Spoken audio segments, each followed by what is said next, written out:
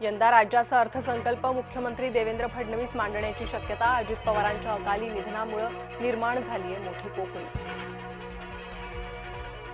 जिल्हा परिषद पंचायत समिती निवडणुकीच्या तारखा बदलल्या. आता मतदान 7 फेब्रुवारीला तर मतमोजणी 9 फेब्रुवारीला. शासकीय दुखवट्यामुळे मोठा निर्णय.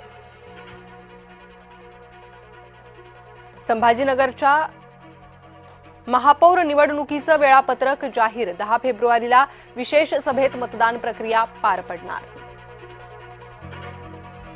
उपमुख्यमंत्रीपदी सुनेत्रा अजित पवार. राष्ट्रवादीत हालचाली सुरू. सांत्वनपर भेटीच्या पाठोपाठ राजकारणाला नववळण लागण्याची शक्यता. दोन्ही राष्ट्रवादीच्या विलीनीकरणाची प्रक्रिया अंतिम टप्प्यात. जयंत पाटील शशिकांत शिंदेंचा दावा. दादांनी सकाळचा शपथविधी घेतला. तो पहिला प्रयोग नव्हता तर तो तिसरा प्रयोग होता. रावसाहेब दानवेंचा मोठा गौप्यस्फोट.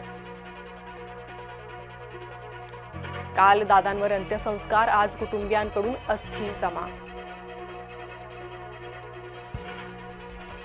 दादांच्या निधनाचा धक्का सहन न झाल्यानं समर्थकाचा मृत्यू. दिंडोरी तालुक्यातील सुदाम बोडकेंचं झालं निधन. दोन्ही राष्ट्रवादी एकत्र यावीत की नाही हा त्यांचा अंतर्गत प्रश्न. मात्र दुभंगलेली मनं जुळावीत अशी आमची इच्छा. विजय वडेट्टीवारांनी व्यक्त केलं मत. नागपूर आणि चंद्रपूर महापालिकेत अनेक पक्षांची गटनोंदणी प्रलंबित. आज गटनोंदणी प्रक्रिया होणार नसल्याचं स्पष्ट. विभागीय आयुक्त विजयलक्ष्मी बिदरी अभ्यास दौऱ्यावर.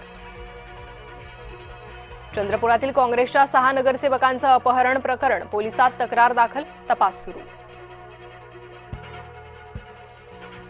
नागपुरात ओबीसी नगरसेवकांवर अपात्रतेची टांगती तलवार. आरक्षण मर्यादा ओलांडल्यानं अपात्र होण्याची शक्यता.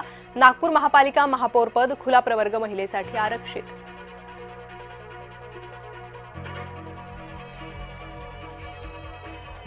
लाडकी बहीणसारख्या लोकप्रिय योजनांमुळे आर्थिक धोरणाची चिंता वाढली.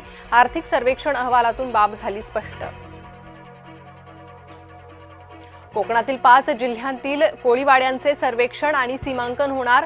कोकण विभागीय आयुक्तांच्या अध्यक्षतेखाली समिती गठीत. ठाणे, पालघर, रायगड, रत्नागिरी आणि सिंधुदुर्ग जिल्ह्यातील कोळीवाड्यांचा समावेश. अलमट्टी धरणाच्या उंची वाढीला नाही तर दुरुस्तीलाच परवानगी. केंद्रीय जल आयोगाचा खुलासा. सांगली कोल्हापूरकरांना मोठा दिलासा. अंजली भारतीचं पुन्हा वादग्रस्त वक्तव्य. दिलगिरी व्यक्त करताना अंजलीचं पुन्हा वादग्रस्त वक्तव्य. मालेगावच्या डोंगराळेमधील अत्याचार प्रकरणावरील सुनावणीला वेग. मालेगाव कोर्टात सलग 3 दिवस सुनावणी चालणार. विशेष सरकारी वकील उज्ज्वल निकम उपस्थित राहणार. निवडणुकीच्या तारखा बदलल्यानं शिक्षकांना फटका. हजारो शिक्षक टीईटी परीक्षेला मुकणार. आता जिल्हा परिषद निवडणूक आणि शिक्षकांच्या परीक्षा एकाच दिवशी.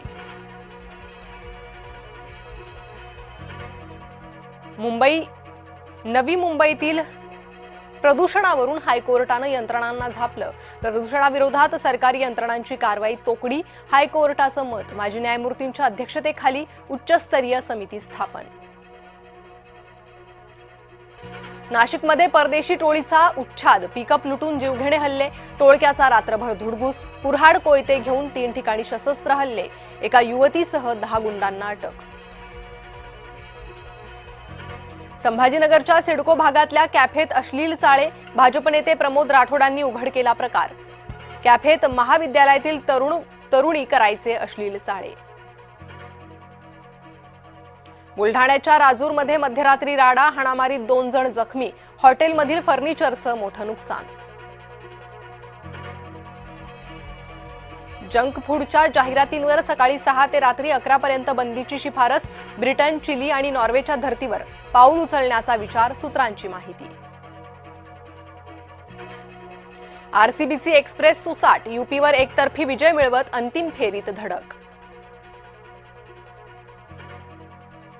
आज मुंबई इंडियन्सला विजय अनिवार्य. WPL मध्ये आज गुजरात जायंट्सशी सामना.